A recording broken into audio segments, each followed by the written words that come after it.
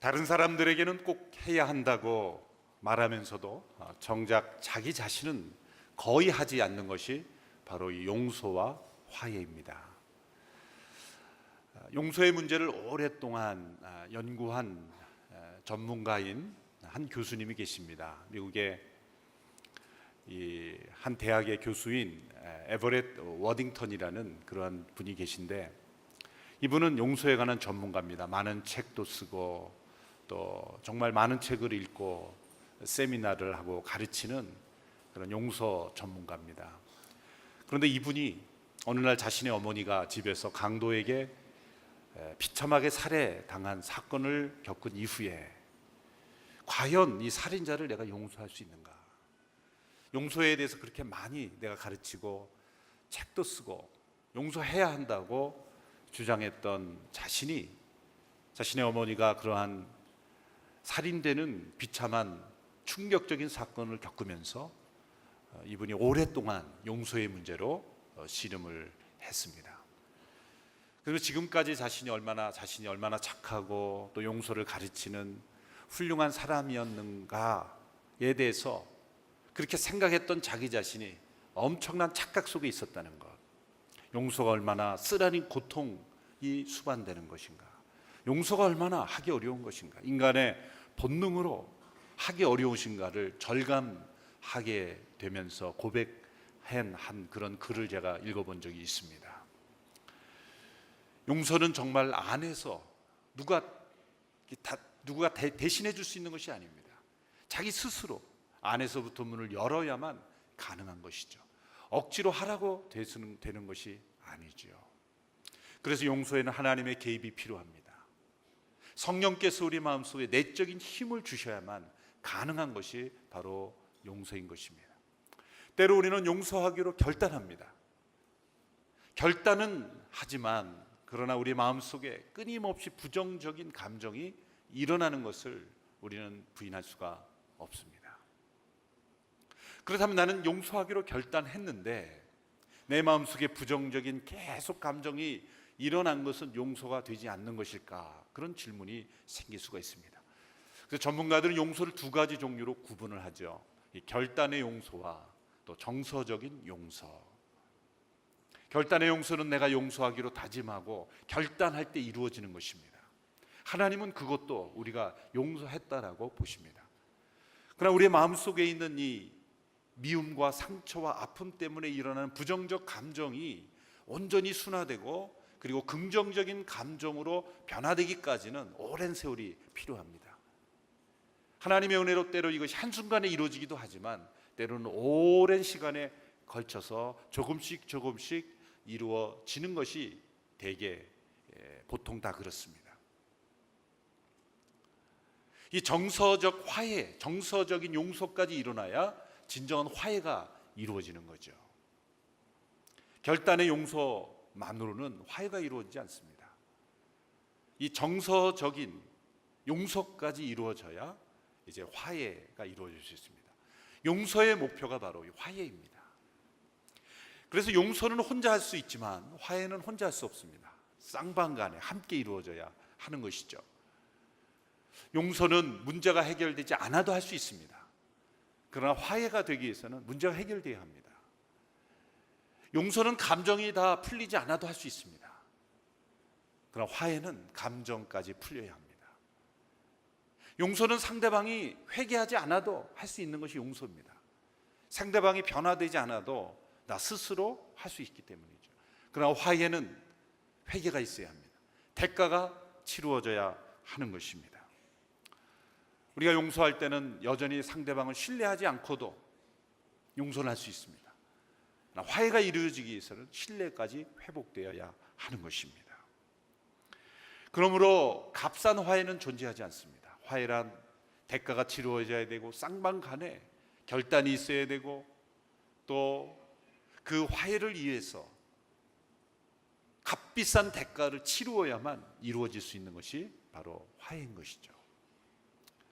용서에서 그치는 것이 아니라 용서가 높은 산을 등산할 때 산 중턱에 있는 폭포와 같다면 이 화해는 산 정상에 있는 호수에 발을 담그는 것이다. 어느 작가는 그렇게 용서와 화해의 차이를 설명했습니다. 우리의 삶이 용서를 넘어서 화해에 이르는 축복이 있게 되기를 축원합니다. 하나님께서도 우리를 용서하셨죠. 예수 그리스도의 피를 보시고 또 그 아들의 피를 대가로 해서 우리를 용서하셨지만 용서해서 그친 것이 아니라 하나님 우리와 화해까지 이르기를 원하십니다. 하나님과 화목하게 되기를 원하십니다. 예수님은 우리의 죄를 대신 담당하시는 그런 제물이 되실 뿐만 아니라 화목 제물이 되셔서 우리가 하나님과 더불어 교제하고 또 삶을 나눌 수 있는, 동행할 수 있는 그러한 화해와 화목의 제물이 되셨다는 거예요. 용서를 넘어서 화해로, 우리의 삶이 화해로 나아가는 축복이 있게 되기를 축원합니다. 오늘 본문의 말씀을 보면 에서와 야곱이 화해하는 감동적인 장면이 나옵니다. 이 형제의 화해는 그냥 얻어진 것이 아닙니다. 값비싼 대가를 치른 것이죠. 야곱 입장에서는 이 화해를 위해서 엉덩이 뼈가 위골되었죠. 야곱은 에서를 두려워했습니다. 에서가 그를 해칠까 봐 염려했던 것이죠. 그래서 그는 여러 가지 대비책을 준비했었지 않습니까? 여러 그룹으로 나누어서 어떻게 하면 피해를 최소화할까 그렇게 준비했었습니다. 그래서 오늘 보면 1, 2절에 보면 이 야곱이 어떻게 배회를 했는지가 나오죠. 두 여종들과 그 자녀들, 그 다음에 레아와 그의 자녀들, 그리고 마지막에 라헬과 요셉을 제일 마지막에 두었다. 이것이 요셉이 사랑하는 순서죠. 사랑하는 순서. 덜 사랑하는 쪽을 제일 앞에 내보내고 가장 사랑하는 라헬과 요셉을 제일 뒤에 놔뒀던 거죠. 요셉이 누구를 가장 사랑했습니까? 자기 자신을 가장 사랑했죠. 자기 자신을 제일 마지막에 두었던 이 대열이 그대로 나타나고 있습니다. 어떻게 하면 도망갈 수 있을까? 어떻게 하면 형 에서의 마음을 누그러뜨릴 수 있을 것인가에 이 야곱의 마음이 온통 집중되어 있었지만 하나님은 야곱이 먼저 변화되기를 원하셨습니다. 그래서 그에게 싸움으로 찾아오셨고 그의 엉덩이 뼈를 위골시키셨던 것이죠. 그의 엉덩이 뼈가 어긋났을 때 그의 마음속에 있는 모든 계획이 무너졌고 그의 이기심이 무너졌고 그리고 그는 하나님 앞에 패배자가 되었지만 그는 하나님을 의존하며 하나님 앞에 매달리며 이스라엘이라는 이름으로 변화되었던 것이죠. 그로 인해서 이 야곱은 담대하게 에서 앞에 나아가 절을 하며 용서를 구하며 화해의 자리로 나아갈 수 있게 되었던 것입니다.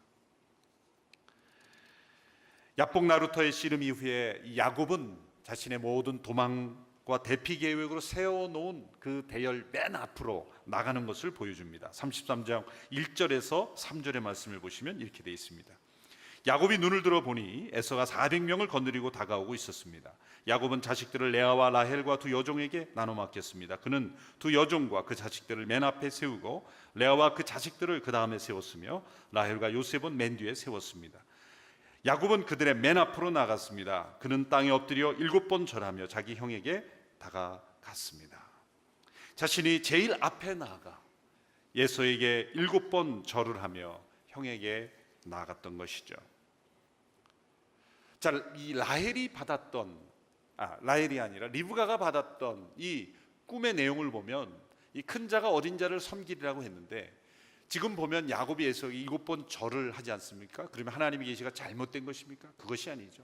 하나님의 선택을 받은 자는 조금도 몸을 굽히지 않는다는 뜻이 아닙니다. 오히려 하나님의 선택을 받은 자가 먼저 몸을 굽힐 줄 알아야 하는 것이죠. 먼저 잘못을 시인하고 용서를 구할 줄 알아야 하는 것이죠. 믿는 자와 믿지 않는 자가 문제가 있었을 때 하나님이 누구에게 먼저 문제 해결에 그 주도권을 가지도록 요구하십니까? 믿는 자에게 먼저 요구하시는 거예요.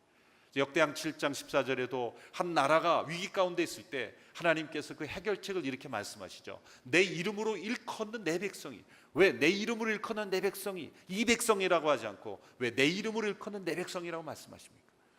하나님은 하나님을 모르는 사람들에게 1차적인 책임을 묻지 않으시고 내 이름으로 일컫는 내 백성들에게 1차적 책임을 물으신다는 거예요. 믿음이 연약한 자와 믿음이 강한 자가 문제가 생겼을 때 누구에게 먼저 문제 해결의 주도권을 요구하십니까? 믿음이 더 강한 자에게, 주님을 더 오래 섬겼던 자에게 문제 해결의 주도권을 요구하시는 거예요.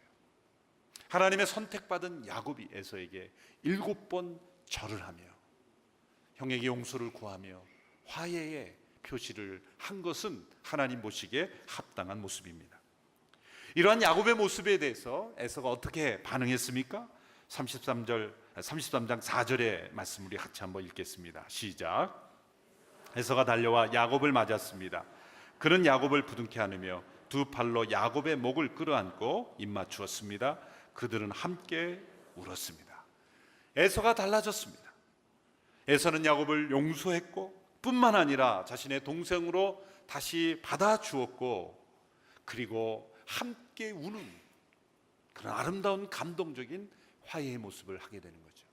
그들이 함께 부둥켜 안고 함께 울 때에 과거에 그들이 서로 주고받았던 상처와 아픔이 눈 녹듯 씻어 내려지는 그러한 화해의 감격을 경험하게 된 것입니다. 그들은 과거에 있었던 일을 묻지 않습니다. 추궁하지도 않습니다. 과거의 모든 응어리들이 함께 부둥켜 안고 우는 이 순간 다 씻어서 내려가는 축복의 화해를 경험하게 된 것이죠. 그런데 이 에서의 행동을 묘사할 때 부둥켜 안고 두 팔로 야곱의 목을 끌어안고 입맞추고 함께 울었다. 과거에 에서의 행동을 묘사할 때 이런 동사 중심으로 묘사했던 적이 있죠. 팥죽 한 그릇과 장자권을 팔아넘길 때에 에서의 행동의 모습을 이렇게 묘사했었습니다. 25장 34절에 다시 말씀을 읽으면 이렇게 되어 있습니다. 그제야 야곱이 에서에게 빵과 붉은 죽을 주었습니다. 에서는 먹고 마신 후 일어나 가버렸습니다. 이처럼 에서는 자기 장자권을 소홀히 여겼습니다. 이 에서가 얼마나 본능적이고 동물적인 사람이었는가를 이런 동사들을 연속해서 설명함으로 표현했죠. 먹고 마시고 일어나 가버렸다. 생각이 없는, 이 사유의 그런 사색의 시간이 없는 이 본능적 인물이라는 것을 여기서 이렇게 설명한 거예요. 그런데 오늘 말씀에서는 어떻게 에서의 모습을 설명합니까? 부둥켜 안고 끌어안고 입맞추고 함께 울었다. 본능적인 사람이 관계적인 사람으로 바뀌게 되는 거예요. 자기 중심적인 유욕에 사로잡힌 사람이 사랑과 용서와 화해와 축복의 사람으로 변화가 되었다는 것이죠.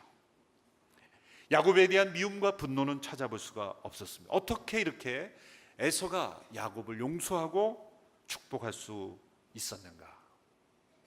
성경에 그 사건이 기록되지 않기 때문에 우리는 알 수 없습니다. 그러나 분명한 것은 하나님께서 에서를 만져주셨다는 거예요. 야곱을 만나 주셨듯이 성경에는 기록되지 않았지만 분명히 하나님께서 이 에서를 만나 주셨기 때문에 에서가 이렇게 변화될 수 있었다는 거죠. 에서가 기억력이 없어서 과거 야곱이 저진 일을 새카맣게 잊었기 때문에 이게 가능한 걸까요? 그것은 아닐 것입니다.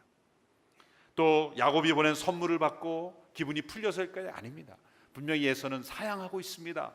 나도 넉넉하다. 나도 가진 것이 많다. 나도 이거 필요 없다. 진정한 화해는 물질로 이루어지는 것이 아니죠. 물질을 받고 에서가 마음이 풀렸다고 볼 수는 없는 것입니다. 에서는 야곱을 만나기 전에 이미 용서하고 있었습니다. 그러니까 400명을 데리고 오고 있었을 때 야곱은 오해를 했었던 것이 분명합니다. 나를 해치려 오는 것이다. 그러나 에서는 어렸을 때도 사냥을 잘하는 사람이었기 때문에 아마 남성적이기 때문에 어디를 가든 이게 400명 정도는 끌고 다녀야 이렇게 마음이 풀리는 그런 사람이었을지도 모릅니다. 어쨌든 이 야곱이 오해한 것이죠. 에서는 야곱을 축복하고 있었고, 누가복음 15장에 보면 집을 나간 둘째 아들이 돌아왔을 때 아버지가 이미 용서하고 있었던 것처럼 그 아들이 돌아왔기 때문에 또 용서를 구했기 때문에 아버지가 용서가 시작된 것이 아니죠. 아버지는 이미 그 아들을 용서하고 기다리고 있었습니다. 에서도 역시 야곱을 향하여 기다리고 용서하고 있었던 것이죠. 그러나 야곱은 형 에서를 제대로 만날 수가 없었죠. 그래서 성경에 보면 먼저 주인이라고 말하죠. 형님이라고 말하기 전에 먼저 주인이라고 말합니다. 두려운 것이죠. 마치 15장 누가복음 15장에 나오는 둘째 아들이 아들이라 일컬음을 받지 못하기 때문에 나를 종의 하나로 좀 여겨달라 그렇게 여기는 것처럼 이 야곱도 에서에 대해서 주인이다, 나는 그냥 종으로만 여겨달라 그렇게 생각을 했죠. 그런데 에서는 내 동생이다, 내 동생아, 내 동생, 너는 내 동생이다 그렇게 말씀하고 있는 것을 보게 됩니다. 얼마나 아름다운 모습입니까? 여러분, 우리가 살아가면서 정말 아직까지 풀리지 않는, 아직까지 용서되지 않는, 아니 용서할 수 없다라고 생각되는 어떤 문제가 우리 가운데 있다면, 지금 당장은 아닐지라도 언젠가 하나님이 허락하시는 때에 에서와 야곱이 감동적인 용서와 화해를 경험한 것처럼 우리의 삶에도 이런 감동적인 용서와 화해가 있게 되기를 축원합니다. 이것이 우리가 일평생 살아가면서 주님 나라 가기 전까지 경험해야 될 아름다운 감동과 화해와 용서의 체험인 것입니다. 오늘 당장 하라고 제가 말씀하지 못하겠습니다. 왜냐하면 저도 못하는 것이 한두 가지는 있거든요. 그렇죠. 우리 모두가 목표는 이 모습이다. 목표는 이 화해의 모습이다. 단지 내가 용서하고 결단하고 나 혼자 하는 용서 정도가 아니라 만나서 함께 부둥켜 안고 눈물을 흘리며 화해하는 모습, 이것이 바로 하나님이 기뻐하시는 우리의 삶의 모습이라고 생각을 합니다. 오늘 본문에는 이 형과 화해하는 야곱에게서 나타나는 변화된 모습이 세 가지로 나타납니다. 첫째는 이 야곱이 하나님의 은혜에 대한 고백을 되풀이하고 있다는 것입니다. 5절에서 에서가 묻습니다. 너와 함께한 이들이 누구냐라고 물으니 야곱이 이렇게 대답합니다. 33장 5절의 말씀을 같이 읽겠습니다. 시작. 눈을 들어 여자들과 아이들을 보고 물었습니다. 이 사람들은 누구냐? 야곱이 대답했습니다. 하나님께서 형님의 종에게 은혜를 베푸셔서 주신 자식들입니다. 하나님께서 은혜를 베푸셔서 주신 자녀들입니다. 11절에 보면 또한 이런 고백을 합니다. 하나님께서 자신에게 은혜를 베푸셔서 넉넉하게 되었다. 야곱의 언어에는 하나님의 은혜라는 단어가 깊이 배어 있습니다. 천국에 가면 가장 많이 사용되는 단어가 무엇일까요? 아마도 은혜일 것입니다. 당신 여기 어떻게 왔어? 못 올 줄 알았는데? 은혜로 왔지. 그럼 당신 어떻게 왔어? 나도 은혜로 왔지. 아마 천국에서 가장 많이 사용되는 단어는 은혜일 것입니다. 그래서 제가 저희 딸의 이름을 은혜라고 지은 거예요. 은혜. 천국에서 가장 많이 불려지는 이름. 그리고 어쩌면 이 세상에서 가장 오염되지 않은 단어가 바로 은혜다. 필립 얀시라는 분이 책에 그렇게 썼죠. 사랑이라는 단어도 오염됐어요. 사랑 그러면 각자 생각하는 것이 다 다릅니다. 그러나 은혜라는 단어는 아직까지도 가장 오염되지 않는 그런 단어가 은혜다. 야곱의 언어 속에 은혜라는 단어가 많이 나오는 거예요. 여러분, 우리의 언어 속에 하나님의 은혜에 대한 고백이 많아지게 되길 축원합니다. 이것이 야곱이 이전에 브니엘에서 하나님을 만난 이전과 이후의 차이의 모습이죠. 형님께 대해서도 이렇게 고백하죠. 형님에 대해서도 은총을 베풀어, 같은 은혜란 뜻입니다. 제 주인이신 형님께 은총을 입고자 가져온 것입니다. 또 10절에도 보면 제가 형님의 은총을 입었다면 제가 드린 선물을 받아주십시오. 하나님의 은혜를 체험한 사람은 어떠한 대가를 치루어서라도 화해를 이루고자 하는 마음이 있었던 것입니다. 죄는 관계를 깨트리지만 은혜는 관계를 회복시키십니다. 우리가 화해가 이루어지지 않는 것은 이 오랫동안 쌓여진 관계에 독이 있어요. 독. 서로 주고받은 독이 있어요. 그 독을 빼야 됩니다. 무슨 약으로 그 독을 빼겠습니까? 우리 몸에 있는 독은 이 의학적인 약으로 뺄 수 있지만 관계에서 생긴 독은 세상에 어떤 약으로도 뺄 수가 없어요. 한 가지 약밖에 뺄 수 있는 것이 없어요. 구약과 신약. 나타난 하나님의 은혜. 하나님의 은혜. 이 은혜를 우리가 복용함으로써만, 은혜를 체험함으로써만 이 관계의 독이 씻어질 수가 있는 거예요.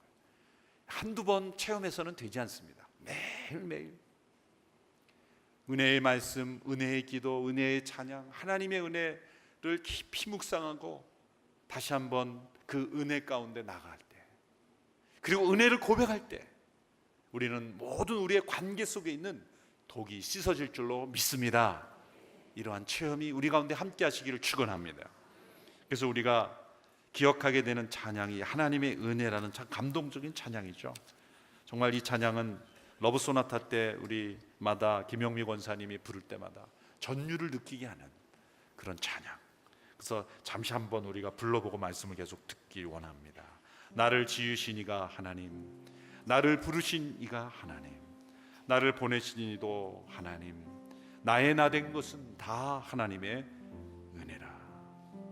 한량없는 은혜, 갚을 길 없는 은혜, 내 삶을 내워싸는 하나님의 은혜, 이 은혜에 대한 고백이 우리의 마음속에 넘치게 되기를 축원합니다. 우리 함께 이 찬양을 불러보겠습니다.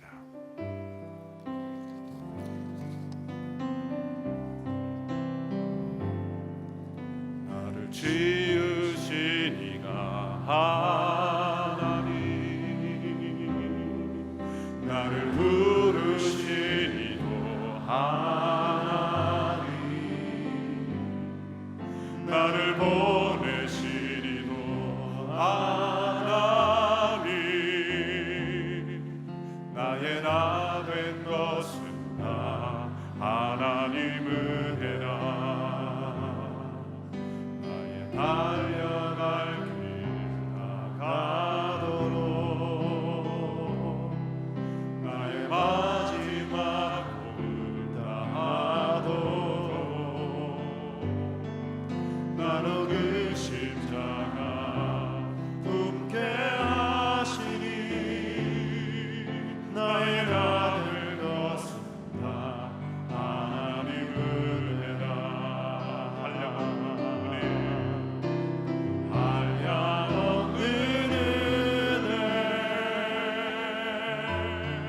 갚을 길 없는 은혜, 내 삶을 에워싸는 하나님의 은혜, 나 주저함 없이 그 땅을 밟음도 나를 붙드시는 하나님의 한량없는 은혜, 한량없는 은혜, 갚을 길 없는 은혜, 내 삶을 에워싸는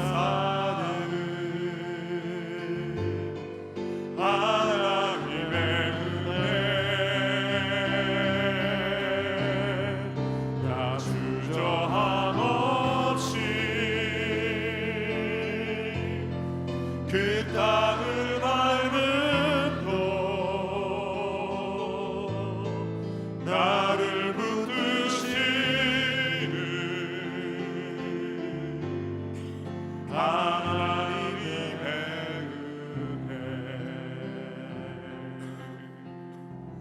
나의 나 된 것은 하나님의 은혜라.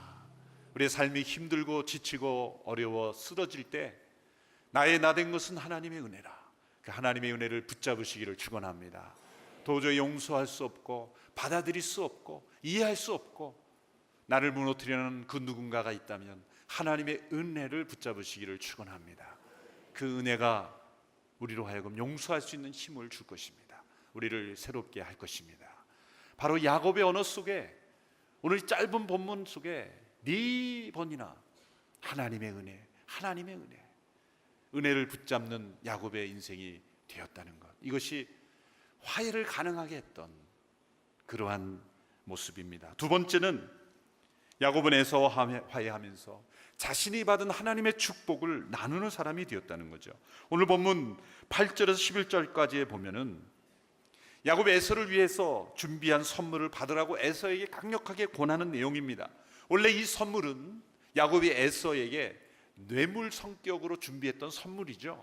어떻게 하면 에서의 마음을 누그러뜨려 볼까 준비했던 것입니다. 에서는 이 선물을 보고 용서한 것은 아닙니다. 또 받지 않으려고 했습니다. 나는 충분하다, 안 받아도 된다, 그냥 너가 가져라, 이렇게 동생을 더 배려하는 그런 에서의 마음을 볼 수가 있죠. 그런데 11절에 보면 10절 11절에 선물이라는 단어가 두 번이 나오는데 11절에 제발 형님께 드린 이 선물을 받아주십시오. 하나님께서 제게 은혜를 베푸셔서 저도 넉넉합니다. 이 선물이라는 단어가 우리말과 영어 성경에 대해 보면 전부 선물이라고 번역했어요. 우리말로 선물, 또 영어에도 기프트, 그냥 선물. 그런데 원문에 충실한 영어 번역이나 또 원문에 보면 이 축복이란 단어입니다. blessing, 베레카, 축복. 갑자기 야곱이 처음에는 선물로 준비했습니다. 그런데 에서와의 화해를 경험하면서 이것은 내가 형의 마음을 사기 위해서 주는 단지 선물, 나의 선물이 아니라 하나님의 축복을 내가 드리는 것입니다. 나의 축복, 하나님이 나에게 주신 축복을 형님과 나누는 것입니다. 그러니 제발 받아주십시오. 용어가 또 바뀌었다는 거예요. 갑자기 야곱이 단어를 바꾸어서 말할 이유가 없는 것이죠. 관점이 바뀐 겁니다. 다른 관점으로 설명하는 것입니다. 내가 주는 선물이 아니라 하나님께서 나를 통해서 형님에게 주신 축복입니다. 축복을 나누기를 원합니다. 또 에서가 거절하면서 뭐라고 말했습니까? 9절에서 나도 이미 가진 것이 많다. 나는 이미 가진 것이 많다. 그런데 거기에 대해서 이 야곱은 뭐라고 대답합니까? 11절에 보면 하나님께서 이게 은혜를 베푸시 저도 넉넉합니다. 그렇게 번역이 되어 있지만 원문을 정확하게 번역하면 이렇게 됩니다. 나는 전부를 가지고 있습니다. 그런 뜻이에요. 전부를 가지고 있습니다. 누가 재산 많냐 싸움하는 겁니까? 그게 아니에요. 야곱의 독특한 관점을 보여주는 거죠. 나는 전부를 가지고 있습니다. 이건 신앙인만이, 하나님의 자녀가 할 수 있는 고백이죠. 나는 모든 것을 가진 자입니다. 이런 고백을 하고 있는 거예요. 어떻게 해서 이런 고백을 할 수 있을까요? 하나님이 나의 아버지시라면, 하나님이 우리 아버지시라면 나는 모든 것을 가진 자입니다. 왜? 하나님이 모든 것을 가진 자에게. 신약 성경에도 보면 그런 고백이 있습니다. 고린도전서 3장 21절 23절의 말씀 우리 같이 한번 읽어볼까요? 시작. 그러므로 누구든지 사람에 관한 것을 자랑하지 마십시오. 모든 것이 다 여러분의 것입니다. 바울이나 아볼로나 게바나 세상이나 죽음이나 현재일이나 미래일이나 모든 것이 다 여러분의 것입니다. 그리고 여러분은 그리스도의 것이고 그리스도는 하나님의 것입니다.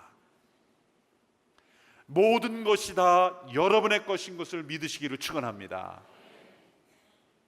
이것이 언제 확실히 드러납니까? 우리가 온전한 천국에 임하게 될 때, 모든 것이 다 나의 것이었구나 라는 것을 우리는 깨닫게 될 것입니다. 왜 이 세상에서는 모든 것을 그럼 내가 누릴 수 없단 말입니까? 인간의 죄 때문에, 사회의 악 때문에, 또 우리를 보호하시기 위해서. 만일 모든 것을 마음대로 쓰게 하나님이 허락하시면 우리가 제대로 살 것 같습니까? 아니죠. 더 많은 죄를 짓고 더 많은 문제를 일으킬지도 모릅니다. 필요한 만큼 하나님께서 이 세상에서 누리게 하시는 것이죠. 그러나 이 세상을 바라볼 때 이 모든 것이 하나님이 나에게 주신 것이다 라는 믿음으로 사시기를 축원합니다. 이 야곱이 고백했던 것처럼 형님은 많은 것을 가졌습니까? 저는 전부를 가졌습니다. 전부를 가졌습니다. 이게 허풍이 아닙니다. 이거는 신앙의 관점에서 하나님이 나의 아버지시기에 내게는 모든 것이 있습니다. 그리고 나는 그리스도의 것이고 그리스도는 하나님의 것입니다. 그러므로 야곱이 지금 에서에게 주는 것은 자기가 가진 것의 일부를 주는 것이 아니라 하나님이 주신 축복을 나누는 것입니다. 우리가 누군가에게 무엇인가를 줄 수 있다면 그것은 내 것을 가지고 주는 것이 아니라 하나님의 축복을 나누는 통로인 것을 분명히 기억하시고 줄 수 있는 저와 여러분이 되기를 축원합니다. 마지막 세 번째로 야곱은 자신을 용서하는 형 에서를 통해서 하나님의 얼굴을 보게 되었다고 고백합니다. 33장 10절의 말씀입니다. 우리 같이 한번 읽어볼까요? 시작.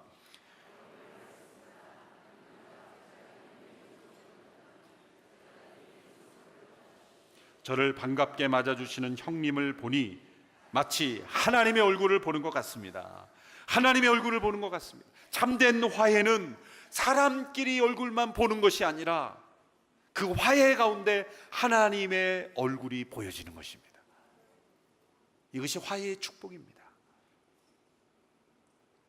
야곱은 하나님의 얼굴을 대면하여 보았다는 고백을 했습니다. 브니엘에서, 야복 나루토에서 하나님의 얼굴을 대면하여 보았으나 그의 생명이 보존되었다는, 그래서 브니엘이라는 이름을 줬죠. 그러나 형 에서의 모습에서 또 하나의 브니엘을 보게 된 거예요. 하나님의 얼굴을 보게 된 것입니다. 우리 중 어느 누구도 하나님의 얼굴을 본 일이 없습니다. 육체적인 눈으로 하나님의 얼굴을 본 사람이 없습니다. 그러나 하나님의 얼굴을 볼 수 있는 길이 있습니다. 용서와 화해를 통해서 우리는 하나님의 얼굴을 볼 수가 있게 되는 것이죠. 요한일서에 그런 말씀이 있습니다. 4장 12절의 말씀 보십시오. 지금까지 아무도 하나님을 본 사람이 없습니다. 그러나 우리가 서로 사랑하면, 우리가 서로 용서하면, 우리가 서로 화해하면 하나님께서 우리 안에 거하시고 하나님의 사랑이 우리 안에 온전히 완성됩니다. 어느 누구도 하나님을 본 일이 없습니다. 그런데 어떻게 우리가 하나님의 얼굴을 보여줄 수 있습니까? 사랑하고 용서하고 화해할 때, 용서하는 사람, 화해하는 사람의 얼굴 속에는 하나님의 임재하심이, 하나님의 얼굴이 나타난다는 거예요. 여러분, 이러한 하나님의 얼굴을 보여주는 우리가 되기를 축원합니다. 2006년 10월 2일에 미국 동부 필라델피아 랭캐스터의 아미시 마을에 살인사건, 총격사건이 발생했습니다. 이 아미시 공동체는 종교개혁 시대에 발생한 아나베프티스 제10례파, 제 세례파의 후예들이죠. 그 당시에는 너무 급진적 개혁을 추구한다 그래서 이단으로까지 정죄되고 많은 핍박을 받았습니다. 미국의 그 북미 대륙에 와서도 이들이 핍박을 받을 정도였어요. 너무 당신들은 너무 급진적인 그러한 신앙을 가지고 있다. 이분들은 문자 그대로 산상순을 지키는 사람들이에요. 이들은 믿음은 곧 행함이에요. 문화적 폐쇄주의에 좀 사로잡힌 면이 있습니다만 오늘 가장 전 세계에서 예수님을 가장 잘 믿는 사람들이라고 저는 그렇게 생각합니다. 이 마을에, 이 작은 마을에 총격 사건이 일어났죠. 학교에서 한 외부인이 들어와서 총을 쏴서 5명의 여학생이 죽었습니다. 5명의 학생들은 중태에 빠졌습니다. 이 범인은 이 마을에 우유를 배달하던 운전사였습니다. 자신의 딸이 출산 직후 사망한 것이 신의 저주라고 믿고 이에 대한 복수로 하나님을 믿는 사람들을 죽인 것이죠. 그 당시 미국 사회가 엄청난 충격에 빠졌죠. 근데 더 충격적인 것은 아미시 마을의 사람들의 반응이었어요. 이들은 한결같이 범인을 용서했습니다. 용서한 정도가 아니라 이 범인의 장세직에 참석한 사람들 중에 절반이 아미시 마을 사람들이었고, 그리고 전국에서 날라오는 위로금, 성금을 먼저 그 범인의 가족에게 보냈고, 그리고 더 놀라운 것은 이 사건이 발생한 한 달 후에 범인의 부인과 세 자녀들을 초청해서 함께 위로하면서 식사를 나눴다는 거예요. 매스컴에서도 이거 뭔가 가식적인 거다, 이건 위선이지 않냐, 그렇게 의심을 할 정도였죠. 그들이 마음이 안 아팠기 때문에 그렇게 한 것이 아닙니다. 얼마나 자녀들이 죽임당했을 때 쓰라린 고통을 겪었을 거예요. 그러나 그들은 믿음으로 용서하기로 결단한 거예요. 그리고 실천한 것입니다. 실천한 것입니다. 사건 당시에 범인은 교실에 10명의 여학생들을 세워놓고 총을 쐈는데 제일 나이 많은 13살 여학생이 제일 먼저 나를 쏘라 그랬다는 거예요. 그러니까 자기가 먼저 죽으면 다른 학생들을 살릴 수 있을까 봐. 그 다음 2살 아래인 여학생이 나와서 그 다음에 나를 쏘라 그랬다는 거예요. 결국 두 여학생이 제일 먼저 죽었죠. 그런 상황 속에서도 다른 사람을 먼저 배려하는 그 학생들을, 도대체 무엇이 그들을 그렇게 살 수 있게 만들었습니까? 바로 용서와 화해, 예수 그리스도의 신앙. 그들의 얼굴 속에서 우리는 하나님의 얼굴을 볼 수 있게 되는 것이죠. 자신의 두 아들을 죽인 공산당원을 용서할 뿐만 아니라 그를 구출해내서 양아들로 삼았던 손양원 목사님의 얼굴에서 우리는 하나님의 얼굴을 보게 되는 것입니다. 자기를 십자가에 못 박는 사람들을 향하여 주여 저들의 죄를 용서하소서라고 기도했던, 그리고 그들을 위하여 화목제물이 되신 예수님의 얼굴에서 우리는 하나님의 얼굴을 보게 되는 것입니다. 하나님 우리를 용서하실 뿐만 아니라 그 아들을 화목제물 삼으셔서 우리와 더불어 화해의 식사, 화목의 식사를 나누기를 원하신 것입니다. 이제 우리에게 주어진 사명은 무엇입니까? 고린도후서 5장 17절 19절에서 우리의 사명을 이렇게 설명하고 있습니다. 같이 한번 읽어볼까요? 시작. 그러므로 누구든지 그리스도 안에 있으면 새로운 피조물입니다. 옛 것은 지나갔으니 보십시오, 새 것이 됐습니다. 모든 것은 하나님께로부터 왔습니다. 하나님 그리스도를 통해서 우리를 그분과 화목하게 하시고 또한 우리에게 화목하게 하는 직분을 맡겨주셨습니다. 우리에게 맡겨진 직분은 우리의 이름 뒤에 붙은 어떤 직분의 타이틀이 아니라 화목하게 하는 화해자의 직분이라는 거예요. 우리가 하나님과 화목하게 됐다면 이제는 다른 사람들을 하나님과 화목하게 하고 우리의 모든 삶에 있어서 용서와 화해가 일어나는 사역, 이것이 바로 우리에게 주어진 직분인 것입니다. 그러므로 그리스도인들에게 최고의 축복은 무엇입니까? 바로 이 에서가 들었던 이 말을 듣는 거예요. 당신의 얼굴을 보니 하나님의 얼굴이 보입니다. 최고의 욕, 최고의 비난은 뭡니까? 당신을 보니 하나님이 안 보입니다. 어떤 말을 들어야 하겠습니까? 우리 옆에 분에게 이렇게 축복해 주십시오. 당신을 보니 하나님의 얼굴이 보일 줄로 믿습니다.